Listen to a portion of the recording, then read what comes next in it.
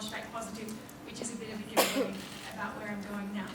Anyway, let's try. I'm going to start, introduce you to a couple of the washback metaphors that you'll find in the literature.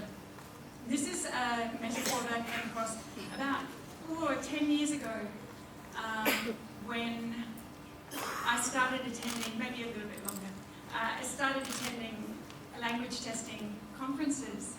And the first metaphor I came across when people were talking about washback was this idea of a drop of water or a stone falling into a completely still pond.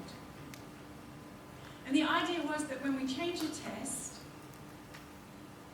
it's like a little drop of water going into a completely still pond. And then you have this ripple effect going out a very, very, very long way. It's going to interact with other things around the pond. The metaphor gets more and more complicated. But the idea is that this small change in a system that potentially has lots of knock-on change, causes lots of knock-on change. So that's the first metaphor that I came across when I was starting to think about washback quite some time ago. The other one is quite relevant, I think, a bit to how we've been talking about washback today. And it's quite a simple idea. It's the idea of changing a test as a lever for change. Changing assessment because we want to make really big changes over there. The idea is you've got a lot of change to be done. There's a really large force at one end of that lever, and you want to quite quickly and easily change things at the heavy end. And so the suggestion is that we can just change the assessment, and everything else will change.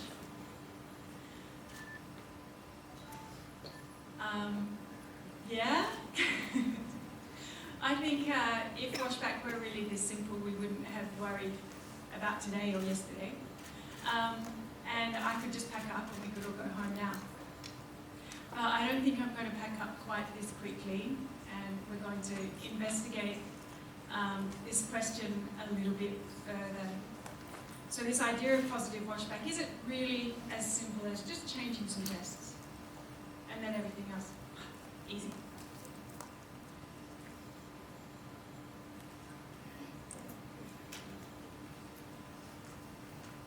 Okay. How are we going to approach this question? My job title is, gosh, it's long. Assessment Development Projects Manager in Global Assessments.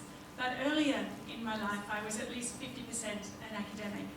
So I'm going to approach a question by doing what academics do, and I'm going to ask some more questions. Some of you will have a small intertextual chuckle right now, and you go, well, does washback exist? And then we're going to ask, if it does exist, what might it be? Flowing on from there, how do we know if it's positive or negative? Because we've kind of been talking about positive and negative washback, but there are all sorts of assumptions behind this idea that washback is positive or negative. So we might dig into that a little bit. And then I'm going to finish up with a little bit of information about how my colleagues and I are working for what we hope will be positive washback in the Singapore project that I've been working on. So this morning, when Mai was talking, there you are, I thought, oh no, she's got all of my content.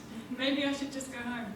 But it was a wonderful introduction for you to Alderson and Wall's 1993 seminal paper, Does Washback Exist? And Mai listed out for you the 15 possible washback hypotheses that Alderson and Wall presented in this paper. The reason that they wrote this paper, and I think it's really quite interesting in this discussion that we're having today, is that Diane Wall in particular, had been working in Sri Lanka documenting a change project where assessments had been changed with the expectation that teaching and learning would then, as a result, change.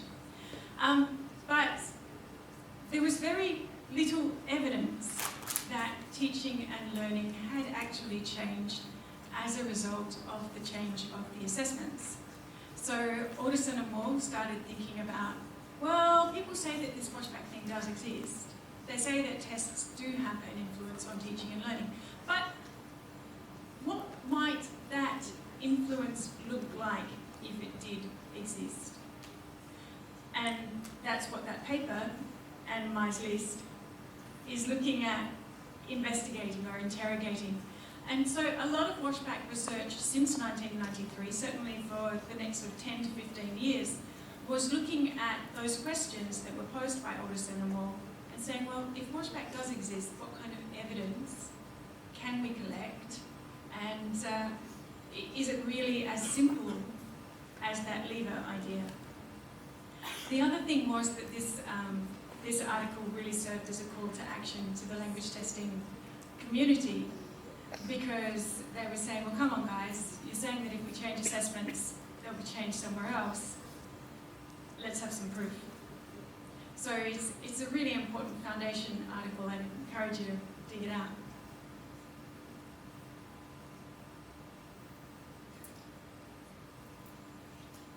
I'm going to fast forward. So we've gone from 1993 to 2017, because I'm aware of the time and the time of day. Sang Chi Lai, in his master's thesis, which is also a British Council Prize winner, it's like we give prizes to all the really good ones, has a remarkable literature review in it. So if you are interested in following up this idea of washback further, I would point you directly to that link and say, read the first 4 pages of Sang Chi Lai's master's thesis. It's tremendous. And what he does is he helps us understand how the conceptualization of washback has changed over time. So right back then with Alderson and Wall, it was quite a simple idea that we were going to change things and we were going to see evidence for other change. Sang, his research is situated in the sociocultural perspective, where he's looking at stakeholders from a variety of different perspectives, and he's looking at washback on learning, not washback on teaching. So the very early research, and I think perhaps part of what we've been talking about today to quite a big extent, has been washback on teaching, so how assessments change teacher behaviour. Part of the development of the washback literature has been to recognise that, well, learners change their behaviour as a result of assessments as well. The other thing that's happened within the washback literature, and it's, I think, also a really important thing to do and to look at, is we've also been able to say, well, hold on, all those people who are learning languages aren't necessarily learning languages in classrooms with teachers. So it's been a big expansion of the idea of the effect that tests have on teaching and learning. And I think if you want to investigate it further, strong recommendation, go directly to Sang there. So I think what Sang does do is he tells us that yes, washback does exist. We're not making this up. There is an effect of tests on teaching and learning, but it's not simple.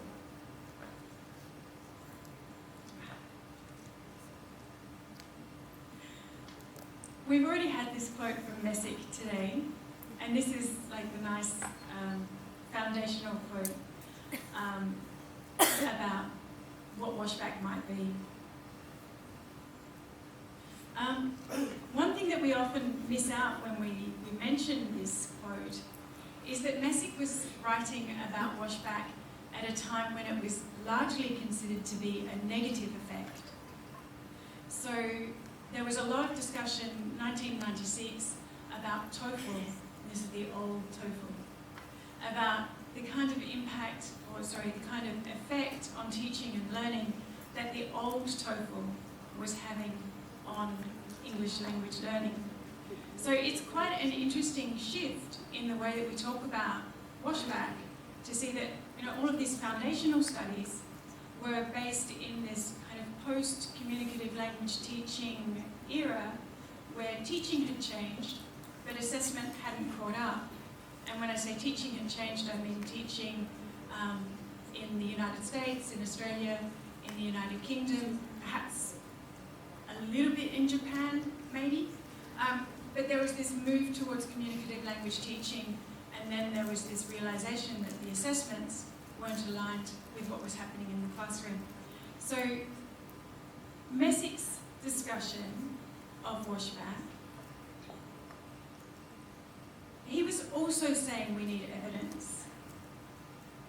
And he was also saying that generally people are talking about washback as a negative thing. So this is back in 1996. In 2017, Sang is picking up on a couple of different definitions. And he's saying it's teaching and learning at a micro level, but inside the classroom, but it is also on a macro level of education and society. Okay, I'm going to jump over to the side for a moment now, because I think this needs to be said. And it's going back to Messick. And this is fairly impenetrable, this one, at least. So Messick wrote a lot about what it means to have a valid test. And we do tend to throw the word validity around quite a bit without being really sure of what it means, I think. And there are understandings of validity which are about how test scores are used, not necessarily about how a test is built or how reliable a test is. The reason I pop this up, and it becomes clearer when I give you McNamara and Rover's interpretation of Messick's validity matrix, is the bottom left hand. I think it's left, I can't work out which way you're looking at it. Bottom right hand corner of the validity matrix, where Messick, back in 1989, was saying that what happens in our education systems and larger social setting when we use particular tests is part of the validity of that test. So, washback, positive or negative, can be seen to be intrinsically linked to the validity of the test. So it becomes incredibly important, I think, to consider what effects the test has on teaching, learning, education systems and wider society when we're thinking about the test.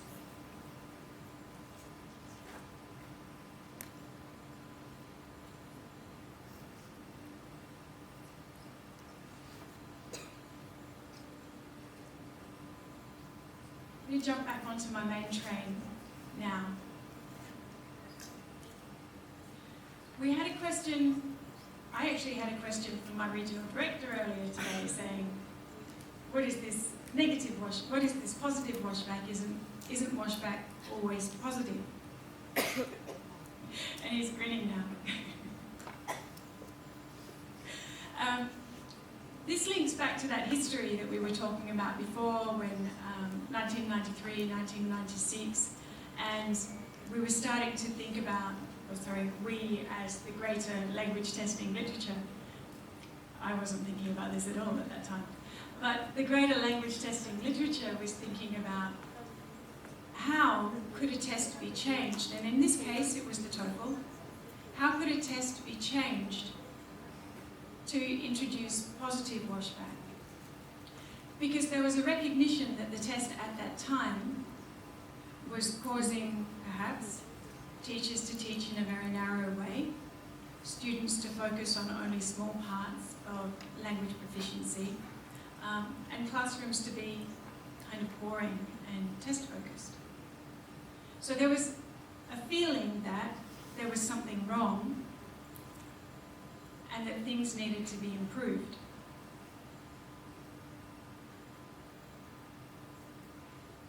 The other challenge there, and I think it links back to Messick's idea of washback being an intrinsic part of a test's validity, is that a good test will somehow always cause positive washback.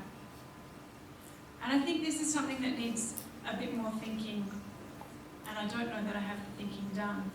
But I think I want to put that on the table for all of you to think about.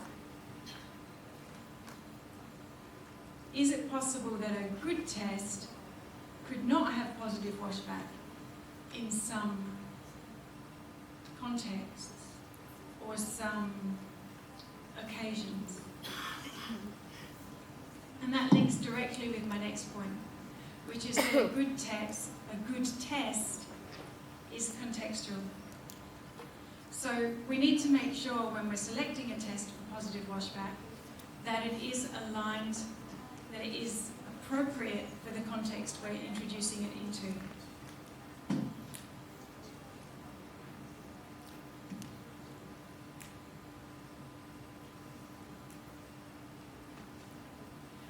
So following on from that first point, where it's possible to have positive or negative washback, when we're working for positive washback,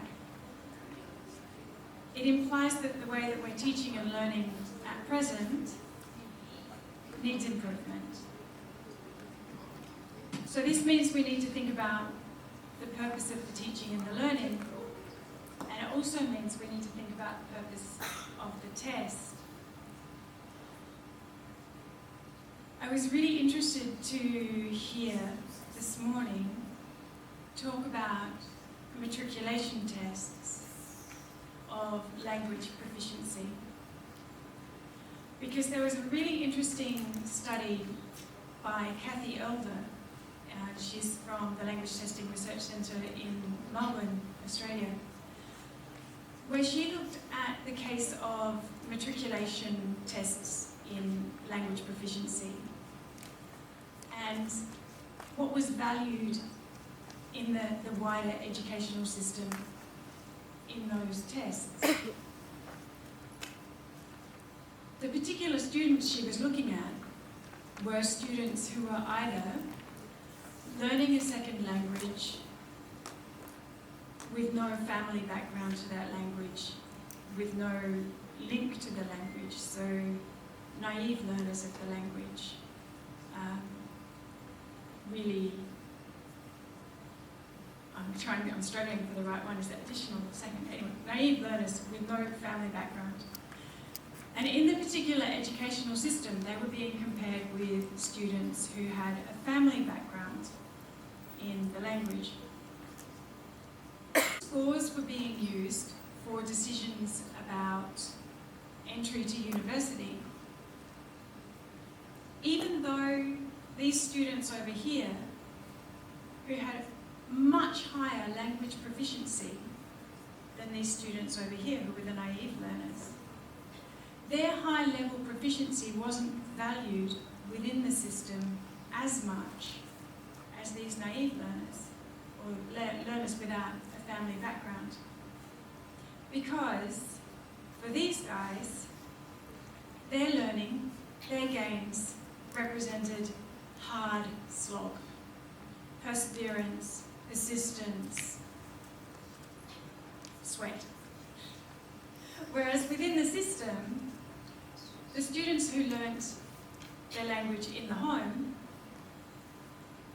perhaps perhaps through, well, most definitely through language socialization from small children up to teenagers, their proficiency wasn't valued as much in the whole system.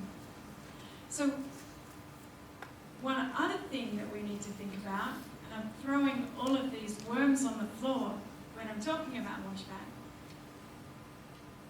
is what is the purpose of the test?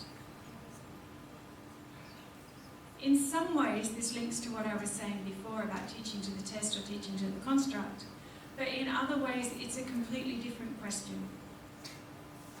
And it's one that we need to recognise, particularly, and I'm speaking from my Singaporean context, where test scores are used for a variety of reasons, and there's a strong meritocracy. So, washback from the test might not necessarily be about improving teaching and learning. It might be about something completely different. Like in Kathy Elder's example, in Victoria, in Australia.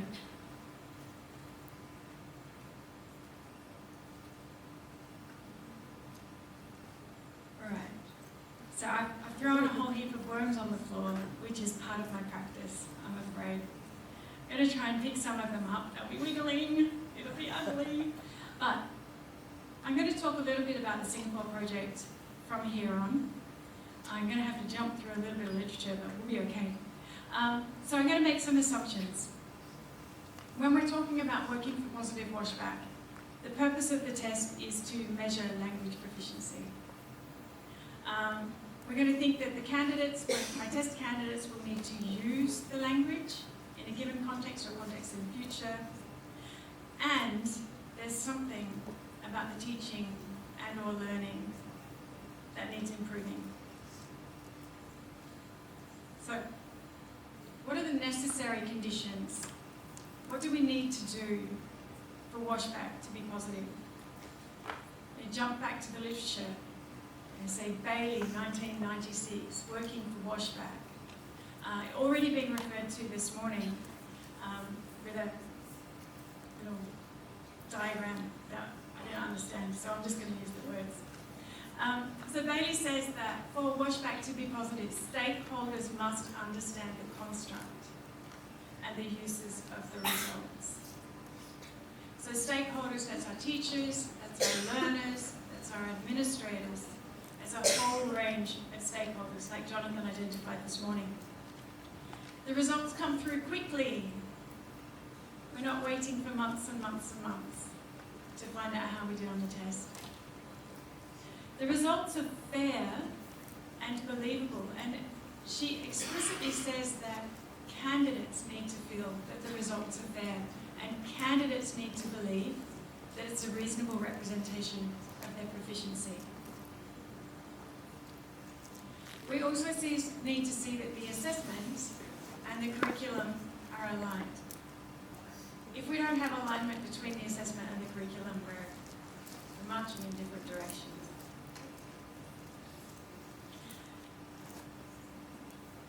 Bailey says that the assessment or the test has to have sound foundations, and when she talks about sound foundations, she's talking about the theory of language, which underpins the test, which needs to be credible and widely accepted.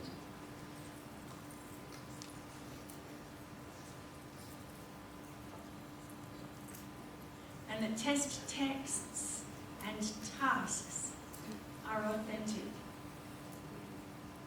So there's a link between what candidates are doing in the test and what candidates are doing with the language outside of the test.